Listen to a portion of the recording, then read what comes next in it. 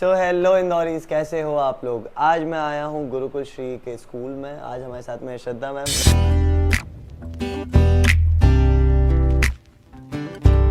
मैं primary school पे नहीं जा सकती क्योंकि वहाँ पहुँचने तक बच्चा ऑलरेडी मैच्योर हो चुका होता है माइंड से। मुझे काम करना है फाउंडेशन पे। नमस्ते श्रद्धा मैम। नमस्ते नमस्ते। श्रद्धा मैम के बारे में ज़्यादा मैं क्या ही बताऊं। उन्होंने एक प्यारा सा स्कूल शुरू कर रखा है। हमारे यहाँ पर प्यारे प्यारे बच्चे आते हैं, तो ज़्यादातर जानकारी हम उन्हीं से लेंगे। तो इंदौरीज बने रहना यार, काफ़ी कुछ अच्छी इन्फॉर्मेशन मिलने वाली है। तो बताइए श्रद्धा मैम, कैसा क्या चल रहा है। Actually the concept behind the Gurukul Shri is कि काफ़ी सारे मिसलीडिंग कंसेप्ट से पेरेंट्स के माइंडसेट में प्री स्कूल के लेके पीजी सेक्शन को लेकर या फिर प्री स्कूल को लेकर कि बच्चे जाएंगे, खेलेंगे, कूदेंगे, आ जाएंगे, खासकर प्ले ग्रुप को लेके। प्री स्कूल का भी कंसेप्ट था, ठीक है, पढ़ाई का लोड नहीं रहेगा बच्चों के ऊपर, बच्चे जाएंगे, थोड़ा बहुत पढ़ेंगे। प्री स्कूल वो पेरेंट्स प्रेफर करना चाह रहे हैं जो चाहते हैं अपने बच्चों के ऊपर बर्डन ना है, लेकिन ये कम्प्लीटली मिसलीडिंग कंसेप्ट है। एज वी नो कि बच्चों का जो साइकोलॉजी के अकॉर्डिंग 6 साल तक का सबसे ज़्यादा मेजर डेवलपमेंट होता है, और उस एज ग्रुप में हम चाहते हैं कि अपने बच्चों को हम खेलने कूदने सिर्फ इसी जगह पर कि वो लोग उस टाइम पे निकाल जाते हैं। काफ़ी सारी ऐसी चीज़ें हैं। And my previous experiences was कि आप अगर आपके बच्चे को एवरी पेरेंट्स नीड कि बच्चे प्री स्कूल में पढ़े 6 to 7 एज तक, लेकिन अगर पेरेंट्स के माइंड में कंसेप्ट से क्लियर नहीं होंगे कि प्री स्कूल क्यों 30,000 60,000 1 लाख 1 लाख 20, मतलब इतने सारे बजट्स है पेरेंट के लिए, लेकिन पेरेंट्स अभी तक नहीं पता है कि क्या डिफरेंशिएशन करें हम इतने प्राइस रेंजेस में, हमें अलग अलग क्या है, इन सब क्या सही है, क्या बेटर है और किसके साइड जाना चाहिए, लाइक दैट। तो मेरे प्रीवियस एक्सपीरियंसेस के अकॉर्डिंग मैंने काफ़ी सारी रिसर्च की, काफ़ी सारे, actually this was my dream plan, और मैं चाहती थी कि मैं कुछ ऐसा स्टार्ट जब करूं तब मेरे पास कंप्लीट इन्फॉर्मेशन हो। आप जैसे कि आज आपने भी कई सारे प्री स्कूल्स देखे होंगे, पेरेंट्स भी देख रहे हैं, कई सारी ऐसी ब्रांचेस है प्री स्कूल्स की, लेकिन जो चेयर पे है वो एमबीए किए हुए, एक एमबीए किया हुआ एग्जैक्टली थोड़ा स्टडीड पर्सन है कि हाँ थोड़ा स्ट्रेटेजी के साथ। सो एमबीए वाला मैनेजमेंट ही देखेंगे, एमबीए वाले विल गो थ्रू मनी ना। तो श्रद्धा मैम, जैसे कि आपने बताया कि अभी कई स्कूल्स मिसलीड कर रहे हैं या कहीं ना कहीं पेरेंट्स को भी समझ नहीं आ पा रहा है कि किस बजट पे बच्चे को भेजा जाए। आपके यहाँ पे जब मैं देख पा रहा हूँ, आपने काफ़ी ज़्यादा यंग स्टेज में इस चीज़ को स्टार्ट कर लिया। मैम, ये आइडिया आया कैसे आपको? Actually this was my dream project, और मैं हमेशा से चाहती थी टीचिंग लाइन में आना, बट आई वांट कि मैं काम करूँ फाउंडेशन पे। जब मैंने रिसर्च स्टार्ट की इसके ऊपर, तो मुझे पता चला कि मैं प्राइमरी स्कूल पे नहीं जा सकती क्योंकि वहाँ पहुँचने तक बच्चा ऑलरेडी मैच्योर हो चुका होता है माइंड से। मुझे काम करना है फाउंडेशन पे, क्योंकि एज साइकोलॉजी के अकॉर्डिंग, रिसर्च के अकॉर्डिंग बच्चों की ब्रेन सबसे ज़्यादा एक्टिव होता है 6 ईयर्स तक की एज में। अगर मैं प्राइमरी पे काम करती हूँ तो तब तक बच्चा ऑलरेडी मैच्योर हो चुका होगा, तो उसकी जो बेसिक चीज़ होगी उस पर काम करना बहुत मुश्किल हो जाएगा, राइट। सो इसीलिए मैंने प्री स्कूल का कंसेप्ट लिया। उसके बाद काफ़ी सारी रिसर्च की, चाइल्ड साइकोलॉजी के ऊपर रिसर्च की, मॉन्टेसरी मेथड्स पर रिसर्च की। उसके बाद फिर हमारी जो वैदिक मेथडोलॉजीज होती थी, कैसे सिटिंग नीचे क्यों कराया करते थे, किस तरह से उनसे कंसेप्ट दिए करते थे बच्चों को, उन सभी चीज़ों पे जब मैंने रिसर्च की, then I get to know कि यार काफ़ी सारा काम बाकी है और ये सब चीज़ें नहीं हो रही है। मैं एग्जैक्टली आज जब मैं आपके एम्बियंस में आया, मैंने चेक किया, गाइस काफ़ी ज़्यादा एस्थेटिकल है। लाइक मैं देख पा रहा हूँ कि काफ़ी पुरानी चीज़ों को यहाँ पर वापस से जिंदा किया जा रहा है। बच्चों के लिए चेयर्स, ऐसी बात नहीं चेयर्स नहीं है, लेकिन कई सारी एक्टिविटीज़ रूम है जहाँ पे बच्चे शायद नीचे बैठ के ही सब कुछ करते हैं, राइट।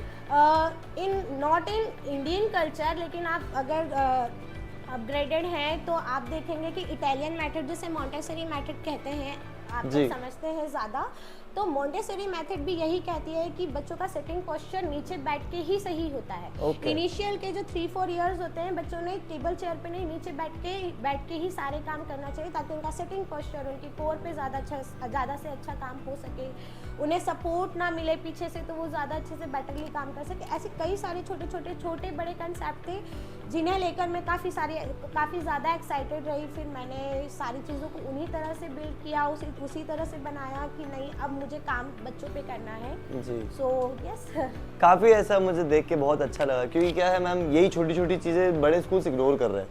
मतलब वो डायरेक्ट एक अच्छा एम्बियंस दिखाने के लिए, एक अच्छे क्लासरूम दिखाने के लिए बच्चों को ये सारी चीज़ें प्रोवाइड करते थे कि बिठाओ ये करो, बट आप जो छोटी छोटी चीज़ों पे ध्यान दे रहे हैं मेरे हिसाब से इट्स टोटली आउटस्टैंडिंग। गौरांग, आप मानेंगे नहीं, व्हेन वी हैव स्टार्टेड, तो पहला हमारे पास जब मैं बहुत फॉर्चुनेट थी कि मुझे काउंसलर, मेरी टीम मुझे ऐसे मिली कि जैसा मेरा माइंडसेट था, जैसा मेरा विजन था, उनके साथ अलाइन करते हुए। वाओ, लकी तो you they are. Also says कि मैम स्कूल्स इतना सब कर रहे हैं, मैम इतनी बड़ी एलईडीज लगा रहे हैं, मैम बहुत कुछ हो रहा है, अगर हम उस स्टेज पे ना जाके नदी के दूसरे प्रवाह में चलेंगे तो कहीं ना कहीं हम बैक स्टेज लेंगे। एग्जैक्टली। ठीक है, तो आई सेड कि नहीं, ठीक है, फर्स्ट ईयर है, मैं भी काफ़ी यंग थी और इतना सारा पैसा तो होता नहीं है ना इनिशियल स्टेज में, और हम किसी फ्रेंचाइजी पे काम नहीं कर रहे हैं क्योंकि फ्रेंचाइजी को चाहिए एमबीए करा हुआ जो पैसे कमाता दे सके, और मेरा मोटिव बिल्कुल अलग था इस स्टेज से।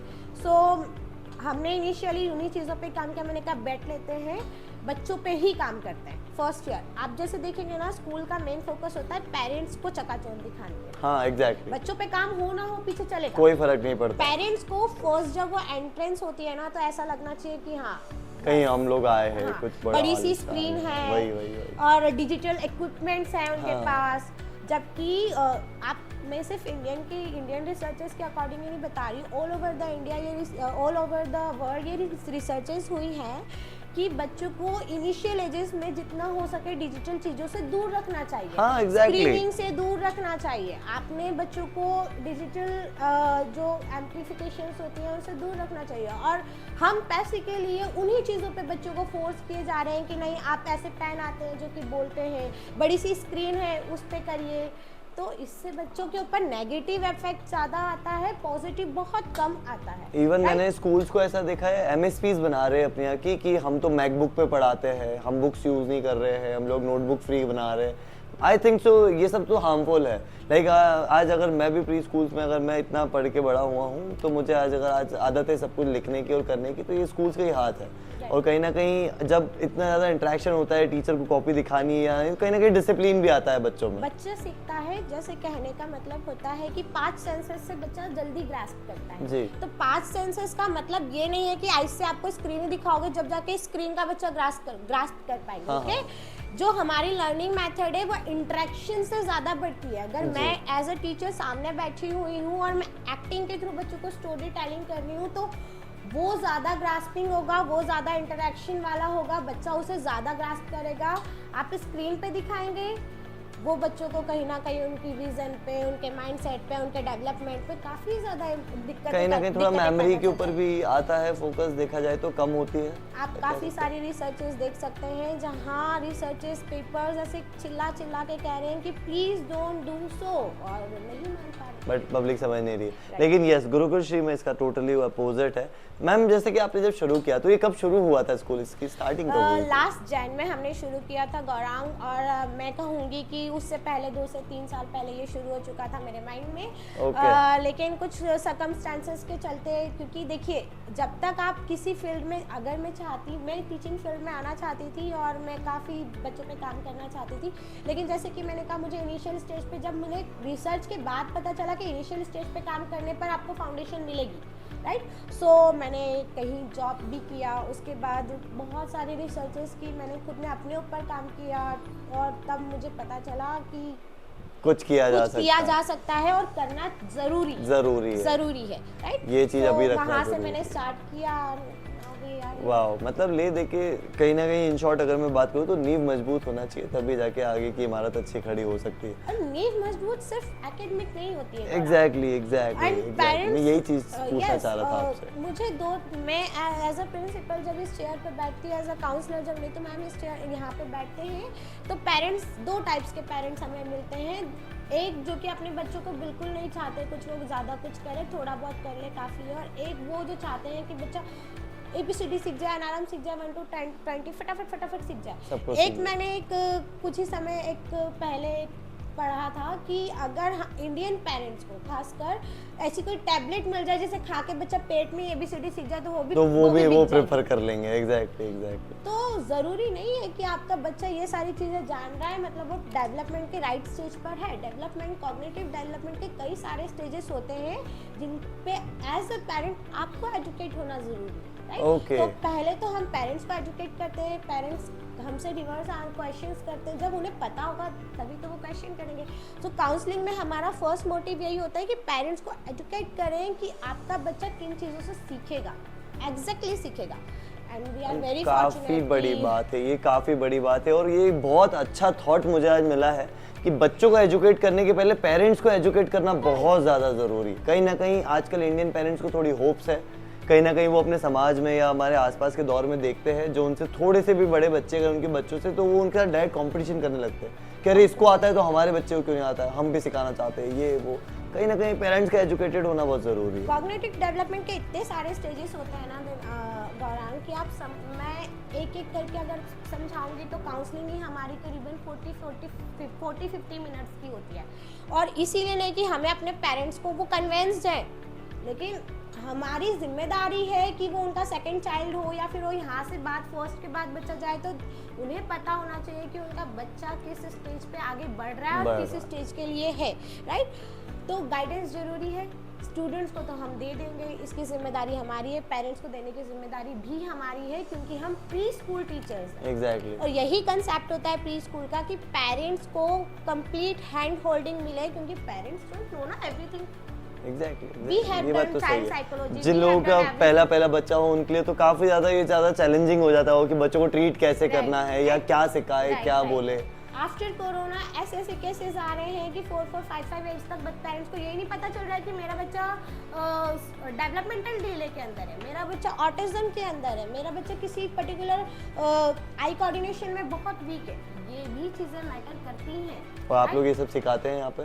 सिखाते भी हैं, जज भी करते हैं, प्रॉपर हैंड होल्डिंग करके पेरेंट्स को उस स्टेज तक लेकर जाते हैं जहाँ पे सही गाइडेंस पेरेंट्स को मिल सके। वाह गाइस, एक बार मैम का पेज जरूर विजिट करना, उनके पेज पे सारी चीज़ें डली हुई है। And it's like ma'am seriously, आज मैं होमवर्क कर रहा था आप ही के ऊपर, मैंने काफ़ी सारे फंक्शंस देखे आपके यहाँ पे, छोटे छोटे बच्चे यार इतने क्यूट हैं सब लोग, अभी से उनमें इतना कॉन्फिडेंस है। मैंने देखा कि उनके पास कैमरा जा रहा है, they are like doing all this, so it's like damn good ma'am, बहुत अच्छा चल रहा है सब कुछ। एंड आगे का प्लान क्या है आपका, लाइक कैसे क्या आप प्लान अप कर रहे हैं आगे का? सो देखिए, आगे के प्लान्स तो पहले तो हम स्टेबिलिटी चाहते हैं कि हमारे बच्चे अभी एटलीस्ट 6 तक की एज में कितना रिजल्ट हमें मिल पा रहा है।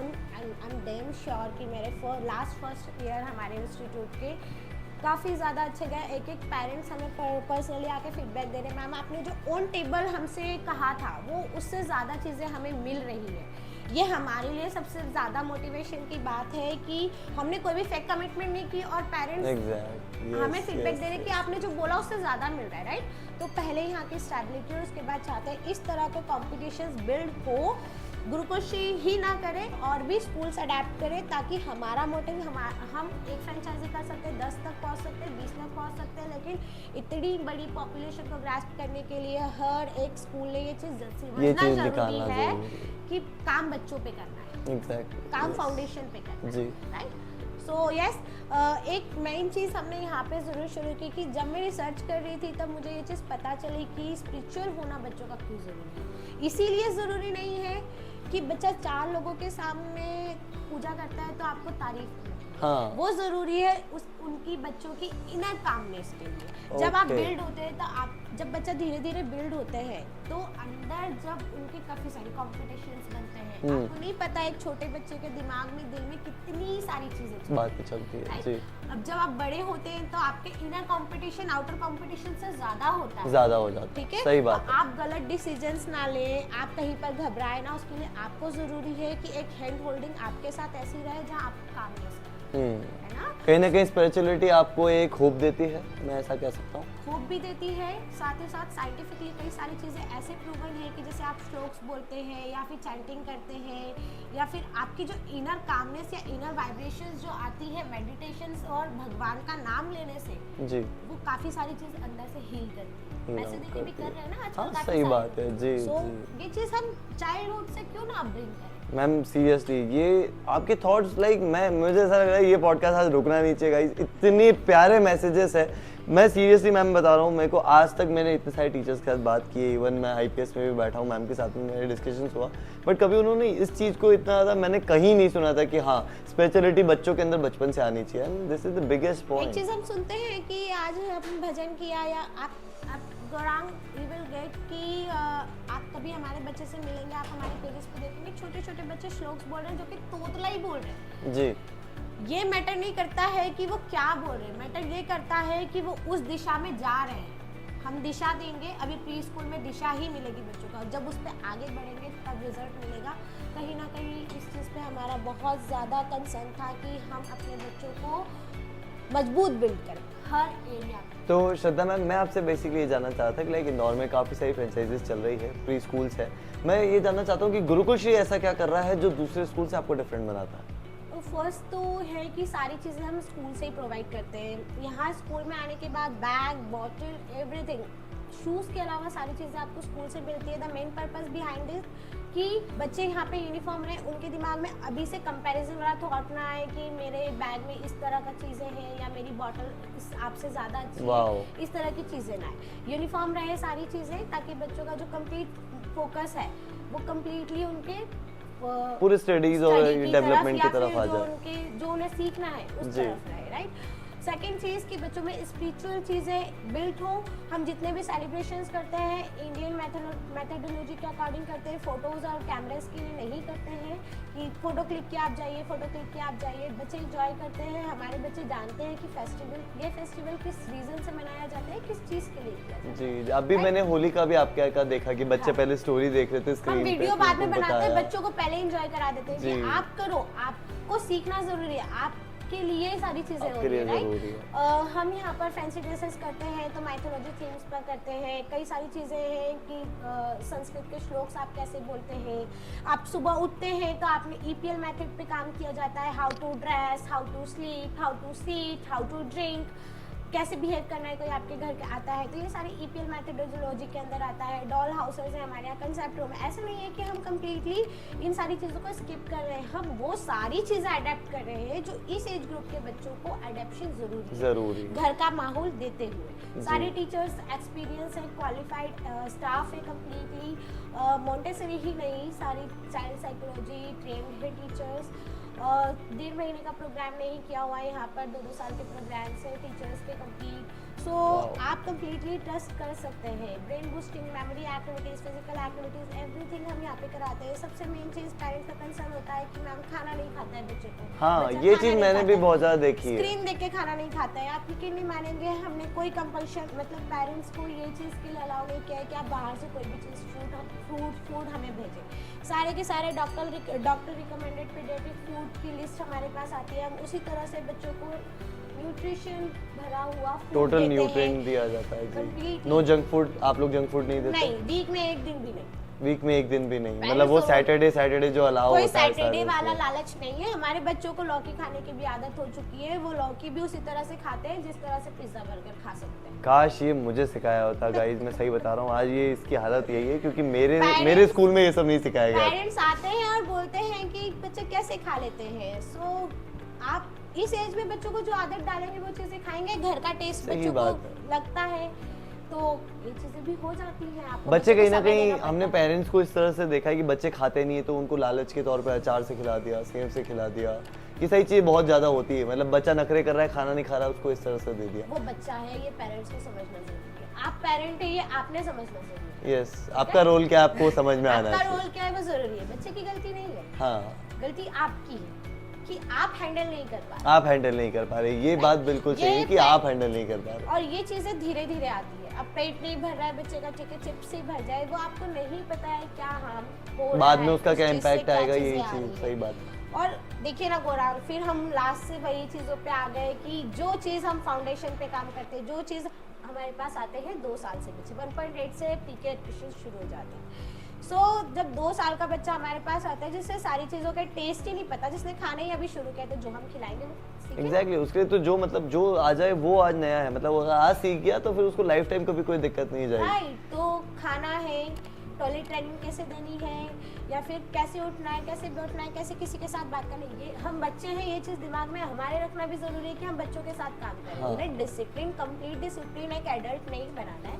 लेकिन एटलीस्ट हमें उन्हें स्टेक पर छोड़ना है जहाँ से उनकी लाइफ इजी जाए, इजी हो जाए। सही बात है, थोड़ा इजी हो वो एटमॉस्फेयर को अडेप्ट कर पाए, राइट। तो एडेप्टिव नेचर सबसे ज़्यादा बिल्ड करते हैं हम, इसके पीछे काफ़ी सारी चीज़ें हम क्या क्या करते हैं। सो मेरी एक ही रिक्वेस्ट है कि जो भी चाहे एक बार काउंसलिंग ज़रूर करें।